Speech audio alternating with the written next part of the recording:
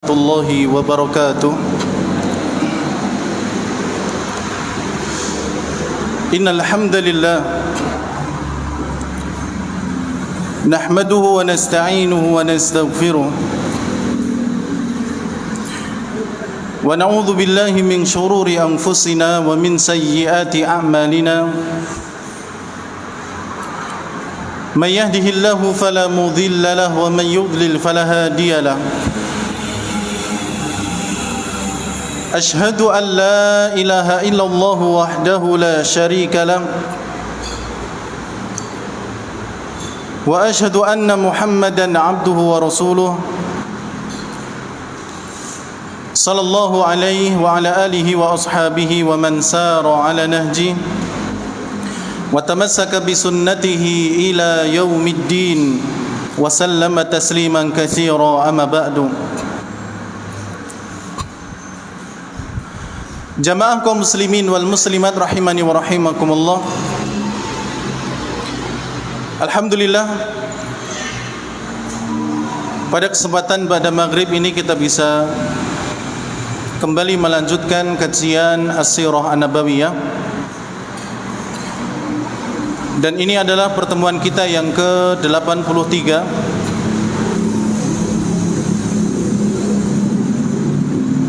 Adapun yang akan kita bahas adalah faedah dari persaudaraan kaum Muhajirin dan juga Ansar. Jamaah kaum muslimin wal muslimat rahimani wa rahimakumullah. Pada kesempatan yang terakhir kita telah bersama-sama mendengar bagaimana kisah yang terjadi setelah Nabi SAW mempersaudarakan antara kaum Muhajirin dengan kaum Ansar.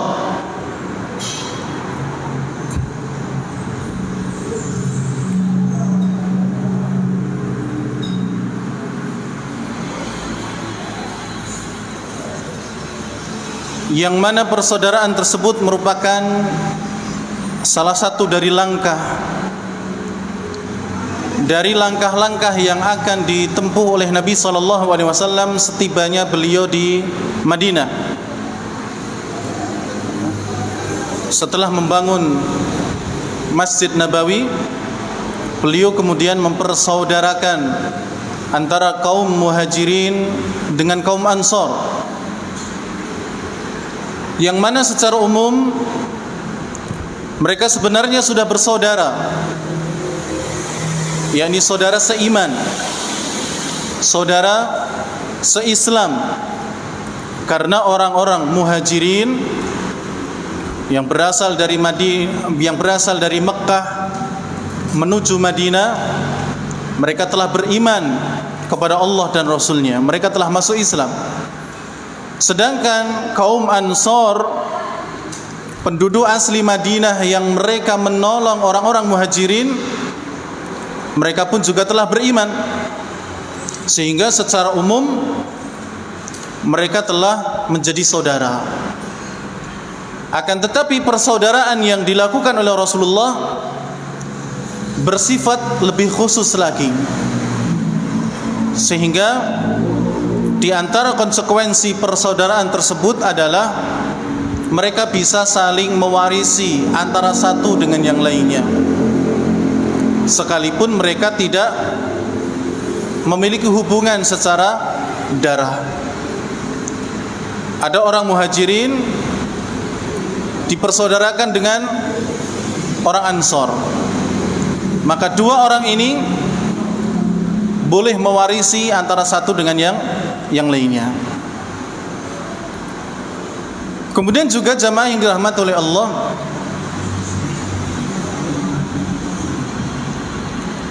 peristiwa tersebut terjadi pada tahun pertama Hijriah, kemudian dilakukan di rumahnya Anas bin Malik. Ada juga yang mengatakan dilakukan di masjid. Ya. Mereka ketika itu berjumlah 90 orang, 45 dari kaum Muhajirin, 45 dari kaum Ansor. Mereka juga disebutkan jumlahnya adalah 100, ya, 50 Muhajirin, 50 Ansor. Kemudian setelah turun surat Al-Hasyr ataupun setelah turun surat Al-Ahzab ayat yang ke-6, maka saling mewarisi antara kaum Muhajirin dengan Ansor dihapus oleh Allah Subhanahu wa taala. Namun secara persaudaraan untuk saling menolong, membantu, maka itu masih terus dilanggengkan dalam Islam. Nah, kali ini kita akan mengambil faedah dari persaudaraan antara kaum Muhajirin dan juga Ansor yang dilakukan oleh Nabi sallallahu alaihi wasallam. Yang pertama adalah peristiwa persaudaraan kaum Muhajirin dan Ansor menunjukkan keutamaan kaum Muhajirin dan Ansor. Jadi faedah yang dapat kita ambil adalah keutamaan kaum Muhajirin dan Ansor.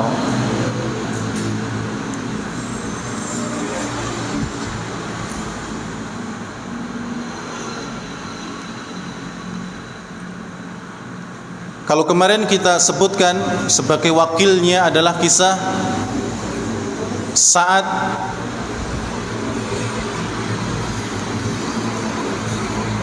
dan juga Abdurrahman bin Auf, yang mana ketika itu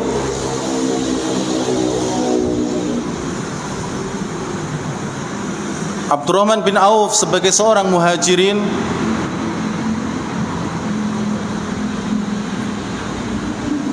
ditawari oleh saudaranya dari kaum Ansor untuk memilih dari kebun yang telah tersedia, dan juga untuk memilih salah satu dari istrinya yang tercantik yang dia senangi,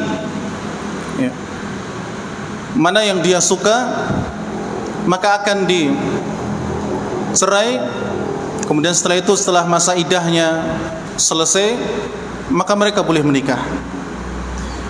Akan tetapi Abdurrahman bin Auf radhiyallahu ta'ala tidak begitu saja menerima, akan tetapi beliau menolak dengan baik. Kemudian beliau meminta supaya ditunjukkan kepadanya pasar, sehingga beliau pun berdagang di sana sampai akhirnya menjadi salah seorang yang terkaya yang ada di Madinah dan bisa menikahi seorang wanita dari kalangan Ansor.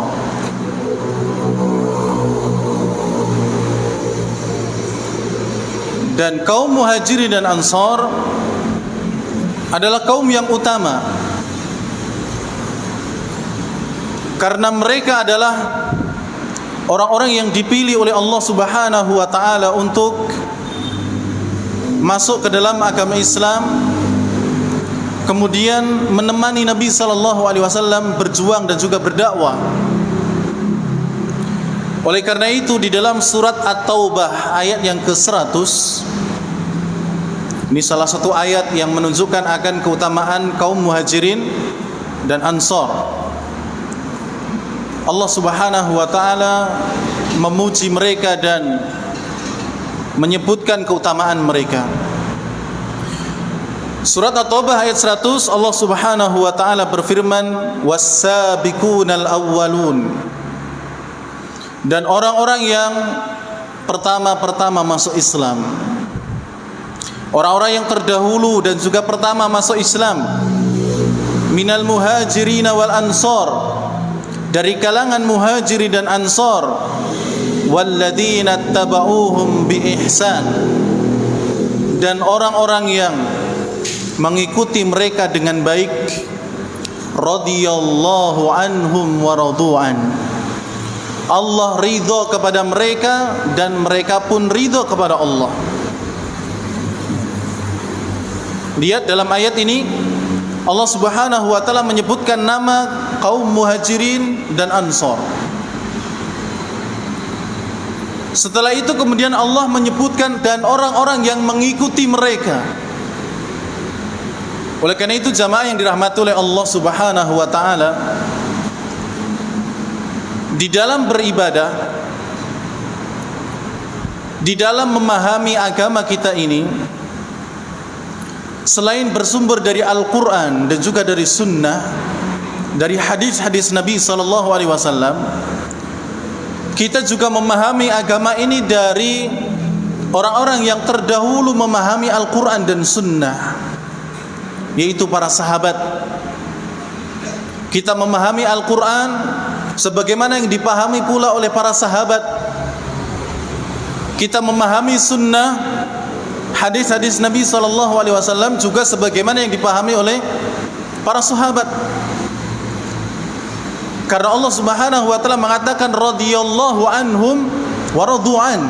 Allah telah ridha kepada mereka. Allah telah ridha kepada mereka. Sehingga di dalam memahami Al-Quran dan Sunnah, kita tidak boleh lepas dari pemahaman para sahabat. Bagaimana para sahabat memahami ayat ini, bagaimana para sahabat memahami surat itu, bagaimana para sahabat memahami hadis Nabi SAW. Kita harus mencontoh mereka. Oleh karena itu Allah menyebutkan, setelah menyebutkan Muhajirin dan Ansar, walladzina tabauhum biihsan, dan orang-orang yang mengikuti mereka dengan baik. Ya, mengikuti para sahabat dengan baik. Ganjarannya adalah radhiyallahu anhum wa radu'an. Allah akan ridha kepada mereka dan mereka pun akan ridha kepada Allah. Tidak hanya itu, lanjutan ayatnya, wa'adda lahum jannat. Allah Subhanahu wa taala akan menyediakan bagi mereka surga-surga. Jannat, ya, surga tajri min tahtihal anhar, yang mengalir di bawahnya sungai-sungai, khalidina fiha abada, mereka kekal di dalamnya. Dzalikal fawzul azim, dan itu merupakan kemenangan yang sangat besar. Jadi Allah Subhanahu wa taala menyebutkan kaum Muhajirin dan Ansar dalam ayat ini, kemudian juga menyebutkan orang-orang yang mengikuti mereka, lalu menyebutkan keutamaan mereka. Bahkan dalam hadis, jamaah yang dirahmati oleh Allah Subhanahu wa taala, kata Nabi SAW, innakum, sesungguhnya kalian, atau sesungguhnya salah seorang di antara kalian akan melihat ikhtilafan katsira, perselisihan yang sangat banyak sekali nanti di akhir zaman. Perselisihan yang banyak. Kata Nabi, ikhtilafan katsira, perselisihan yang sangat banyak. Di sini mengatakan A dalam satu permasalahan, di sini mengatakan A, di sana mengatakan B, di sana mengatakan C. Ya. Apa kata Nabi SAW? Alaikum bisunnati, wajib atas kalian kembali dan berpegang teguh kepada sunnahku, kepada ajaran Nabi SAW. Ini mengatakan A, itu mengatakan B, sana mengatakan C. Mana yang sesuai dengan sunnah Nabi, itu yang kita ikuti. Mana yang sesuai dengan ajaran Nabi SAW, itu yang kita ikuti. Lalu kemudian Nabi mengatakan wa sunnatil khulafa'ir rasyidin al-mahdiyyin. Kemudian berpegang teguhlah kalian kepada sunnah, ajaran daripada khulafa ar-rasyidin yang 4 secara khusus dan seluruh sahabat secara umum. Abu Bakar As-Siddiq, Umar bin Khattab, Utsman bin Affan, Ali bin Abi Thalib, dan seluruh para sahabat. Oleh karena itu jamaah yang dirahmati oleh Allah Subhanahu wa taala, demikianlah kita di dalam beragama. Ya. Tidak kemudian kita kembalikan kepada hawa nafsu kita untuk memahami suatu ayat, memahami suatu hadis, tapi kita kembalikan bagaimana para sahabat memahami ayat, memahami surat, dan juga memahami hadis-hadis Nabi sallallahu alaihi wa ala alihi wasallam.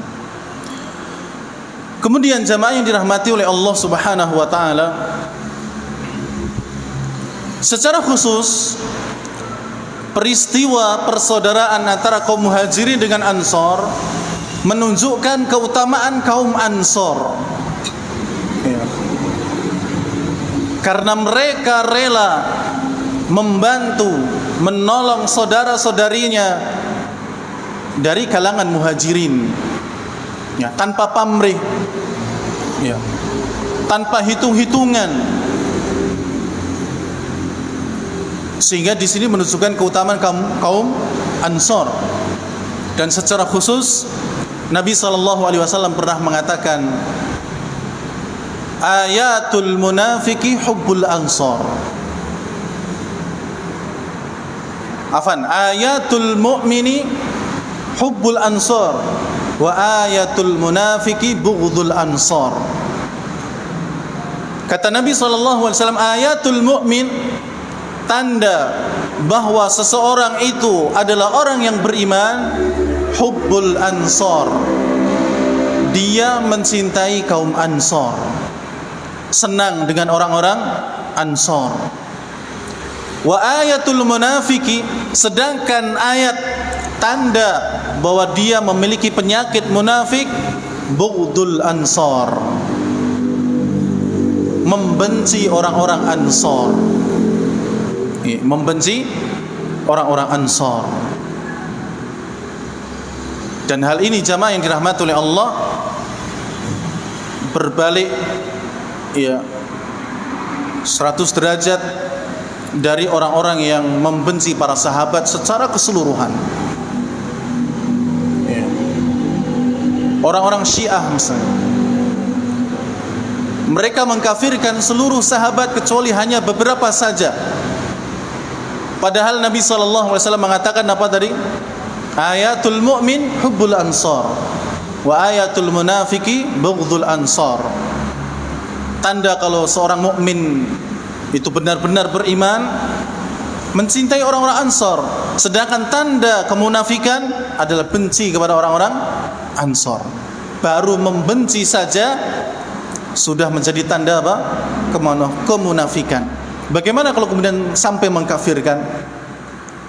Dan itu dilakukan oleh orang-orang Syiah yang mereka membenci para sahabat dengan kebencian yang luar biasa.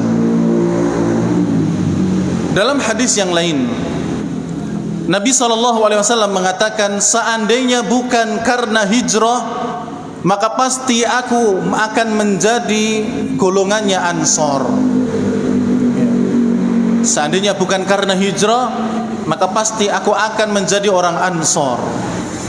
Tapi mau tidak mau Nabi SAW orang Mekah, dan beliau hijrah ke Madinah, maka beliau pun termasuk orang Muhajirin. Ya. Andaikan boleh memilih, kata Nabi SAW, andaikan bukan karena hijrah, maka pasti aku akan menjadi orang Ansor. Dalam riwayat yang lain tentang orang-orang Ansor, Nabi SAW mengatakan, andaikan orang Ansor itu memilih satu jalan, kemudian manusia sisanya memilih jalan yang lain, maka pasti aku akan mengikuti jalannya Ansor. Pasti aku akan mengikuti jalannya Ansor. Jadi kalau kaum Ansor memilih ke kanan, kemudian manusia yang lain selain daripada kaum Ansor memilih ke kiri, maka pasti Nabi SAW akan memilih apa yang dipilih oleh kaum Ansor. Hal ini karena menunjukkan keutamaan orang-orang Ansor. Demikian pula secara umum para sahabat, mereka memiliki keutamaan yang luar biasa. Ya, seluruh sahabat, siapapun yang menjadi sahabat, maka mereka memiliki keutamaan yang luar biasa. Ada satu hadis yang menyebutkan akan keutamaan mereka. Andaikan tidak ada hadis yang lain yang menyebutkan keutamaan para sahabat kecuali hadis ini, mungkin sudah cukup. Kata Nabi SAW, "Lau anfaqa ahadukum mithla Uhudin dhahaba." Kalau seandainya salah seorang di antara kalian ada yang berinfak sebesar gunung Uhud berupa emas, ya, berupa emas sebesar gunung Uhud. Kata Nabi SAW, "Ma balagha mudda ahadihim wala nasifah." Hal itu tidak akan bisa menyaingi sedekah yang dilakukan oleh para sahabat hanya dengan 1 mud ataupun setengah mud dari kurma. Ya. Bayangkan, kita bersedekah 1 gunung Uhud, katakanlah 1 gunung Merapi berupa emas. Ya. Sak Merapi itu berupa emas. Andaikan kita bisa sedekah dengan emas sebesar itu, dibandingkan dengan sedekahnya sahabat, 1 orang sahabat yang hanya bersedekah dengan kurma, bukan emas, kurma, kemudian hanya 1 mud, ya, 1 atau 2 genggaman 2 jari orang dewasa ini 1 mud ataupun setengah mudnya saja, nggak bisa menandinginya, tidak bisa menandingi apa yang diinfakkan oleh para sahabat. Bagaimana dengan ibadah yang lain? Ini menunjukkan akan keutamaan para sahabat. Kita infak emas, mereka kurma. Kita 1 gunung Uhud, mereka cuma 1 mud atau cuma setengah mud, tapi itu tidak bisa menyaingi mereka. Hal itu karena memang, ya, apa yang dilakukan oleh para sahabat dari perjuangan mereka, ya, sehingga Allah Subhanahu wa taala kemudian memberikan balasan yang setimpal. Kemudian jamaah yang dirahmati oleh Allah, faedah yang kedua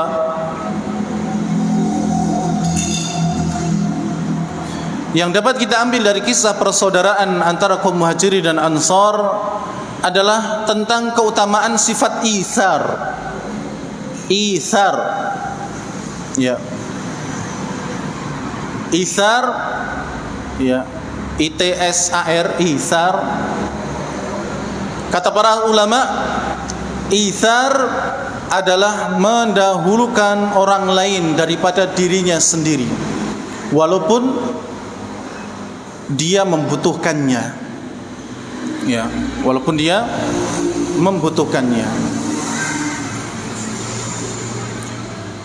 Contoh itsar ya mungkin ada di kita, ikhwani fillah, ya, seperti kita naik bus, kemudian ada orang tua mungkin atau ibu-ibu yang gendong bayinya, kita sudah duduk, ya, kemudian kita mempersilahkan sang ibu itu atau sang nenek atau kakek tersebut untuk duduk di tempat kita, dan kita lebih memilih untuk berdiri, ya. Padahal kita butuh untuk apa? Duduk, tapi kita berikan kepada orang yang lebih membutuhkan. Maka ini namanya apa? Itsar, mendahulukan kepentingan orang lain sedangkan kita sendiri apa? Membutuhkan, ya. Tapi ini tidak berlaku dalam memilih soft, ya. Kalau soft tinggal 1 kesempatan, jangan jenengan mawon, ya, nggak bisa. Kita harus segera, ya, menempati soft pertama. Karena itu harus apa? Cepet-cepetan. Jangan jenengan mawon yang depan, saya tak belakang.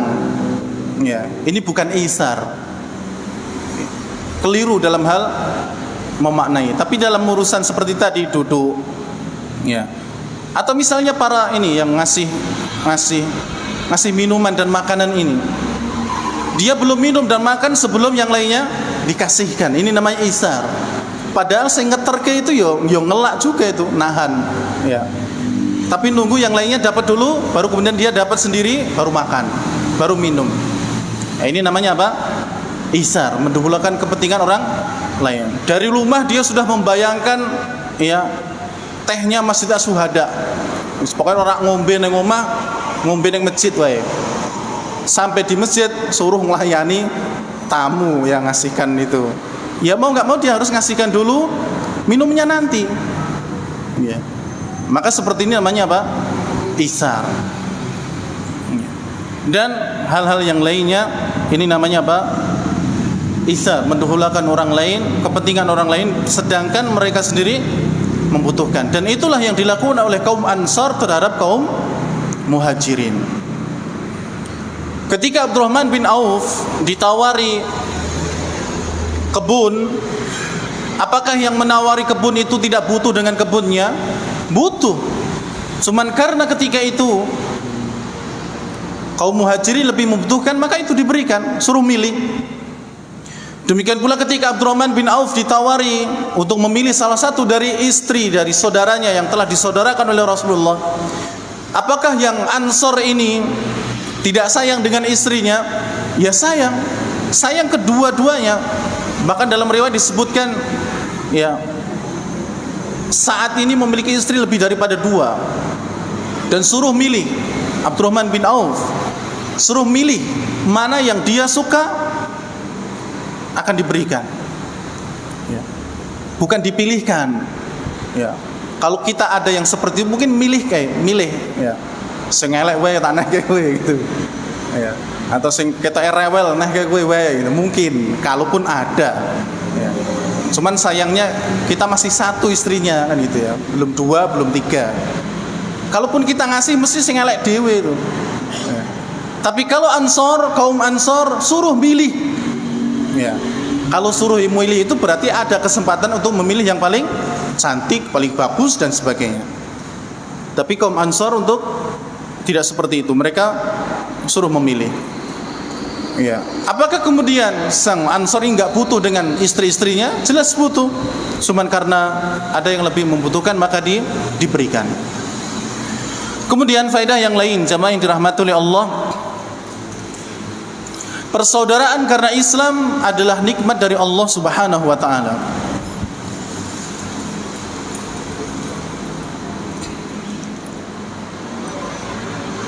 Hal itu sebagaimana dalam surat Ali Imran ayat 103. Ya, nanti bisa dilihat di sana Allah Subhanahu wa taala mengingatkan kita bahwa termasuk nikmat Allah adalah persaudaraan sesama Islam. Jadi kita mau dari mana asal kita, mau apa warna kulit kita, apa bentuk rambut kita, ya. Tapi selama kita adalah Muslim, maka kita bersaudara. Maka hendaknya persaudaraan seperti ini terus dijaga. Kalau toh ada permasalahan sangat wajar karena memang kita manusia sama-sama kurang, ya. Tapi hendaknya ya terus memberikan kelapangan dada dalam hal seperti ini. Sebagaimana para ulama pun menasihati kepada kita bahwa kita diperintahkan untuk memegang erat persaudaraan sesama Muslim. Dan jika ada sesuatu yang mengganjal, ada masalah di sana, maka lebih baik membuka lembaran baru, saling memaafkan dan sebagainya. Ya, agar kemudian terus tercipta persaudaraan ini. Karena persaudaraan sesama Islam itu akan sampai nanti sampai di akhirat. Ya, tidak cuma di dunia saja, tapi juga sampai di akhirat. Dahulu pernah kita sampaikan salah satu riwayat, tatkala seorang Muslim telah masuk ke dalam surga, maka dia akan mencari orang-orang yang dahulu pernah dia kenal di dunia sebagai saudara sesama Muslim yang sama-sama sholat, sama-sama puasa, ya, sama-sama bersedekah atau sama-sama beribadah. Kalau tidak ditemukan, maka mereka akan tanya kepada Allah Subhanahu wa taala, "Ya Allah, aku dahulu pernah kenal si fulan di dunia, tapi saya tidak melihat dia di surga." Ya. Lalu kemudian Allah Subhanahu wa taala memerintahkan orang tersebut untuk pergi ke neraka, kemudian melihat kalau ada orang yang dahulu kamu kenal di dunia, ambil, ajak dia ke surga. Ya. Demikian persaudaraan sesama Muslim. Oleh karena itu kita ini disyariatkan untuk sholat berjamaah bersama, ya, puasa itu juga bersama, Biar nanti kalau kita ada yang masuk surga, dahuluan masuk surga, kalau nggak ada, kita akan dicari. Ya, akan dicari. Kalau ada yang masuk neraka, wal iyadu billah, maka akan diambil, akan dibantu untuk keluar dari neraka tersebut. Ini persaudaraan sesama apa? Muslim. Oleh karena itu Allah Subhanahu wa taala mengatakan innamal mu'minuna ikhwah.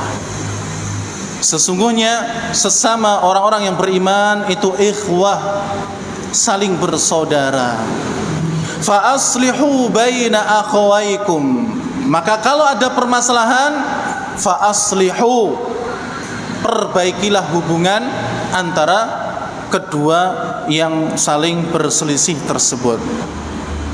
Al-Imam Al-Hasan Al-Basri rahimahullah, beliau pernah mengatakan, ikhwanuna ahabbu ilaina min ahlina wa auladina. Terkadang saudara kami sesama muslim lebih kami cintai dibandingkan keluarga dan anak-anak kami. Ya. Terkadang sampai demikian, dengan saudara muslim itu saling apa? Lebih dicintai daripada keluarga dan anak-anaknya. Kenapa? Kata Hasan Al-Basri, karena kalau keluarga terkadang mereka mengingatkan kita tentang dunia, tapi kalau teman sesama muslim, mereka mengingatkan kita tentang akhirat. Dan itu kalau dicocokkan dengan keseharian kita, itu benar. Ya. Kita kalau sudah pulang ke rumah bersama istri sama anak, apakah yang diobrolkan tentang akhirat? Kebanyakan dunia. Ya, Mas berasi entek. Apakah itu akhirat? Itu dunia. Ya, Mas samponya habis. Ya, Mas besok beli ini beli itu. Ya, Dek besok jalan-jalan ke sana ke sini. Kan urusan dunia. Tapi terkadang kalau sesama teman, ya, yang akhwat ketemu akhwat di pengajian, yang ikhwan ketemu ikhwan di pengajian, yang dibicarakan tentang masalah akhirat. Walaupun terkadang membahas ya gorengan juga ada. Ya, bahas kopi juga ada. Ya, ini. Jadi terkadang kata Hasan Al-Basri, kita dengan saudara sama muslim itu lebih mencintai mereka dibandingkan keluarga dan anak-anak. Karena terkadang keluarga dan anak itu mengingatkan kita tentang dunia, tapi kalau saudara kita sesama muslim mengingatkan kita tentang masalah akhirat. Kemudian jemaah yang dirahmati oleh Allah, termasuk faedah yang dapat kita ambil adalah persaudaraan antara kaum muhajirin dan ansar bersifat khusus. Bersifat khusus. Adapun secara umum sudah kita sebutkan, sesama muslim, sesama mukmin itu bersaudara secara umum. Tapi yang dilakukan oleh Rasulullah ketika itu bersifat khusus. Kemudian konsekuensi dari persaudaraan muhajirin dan ansar yang berupa saling mewarisi telah dihapus oleh Allah Subhanahu wa taala.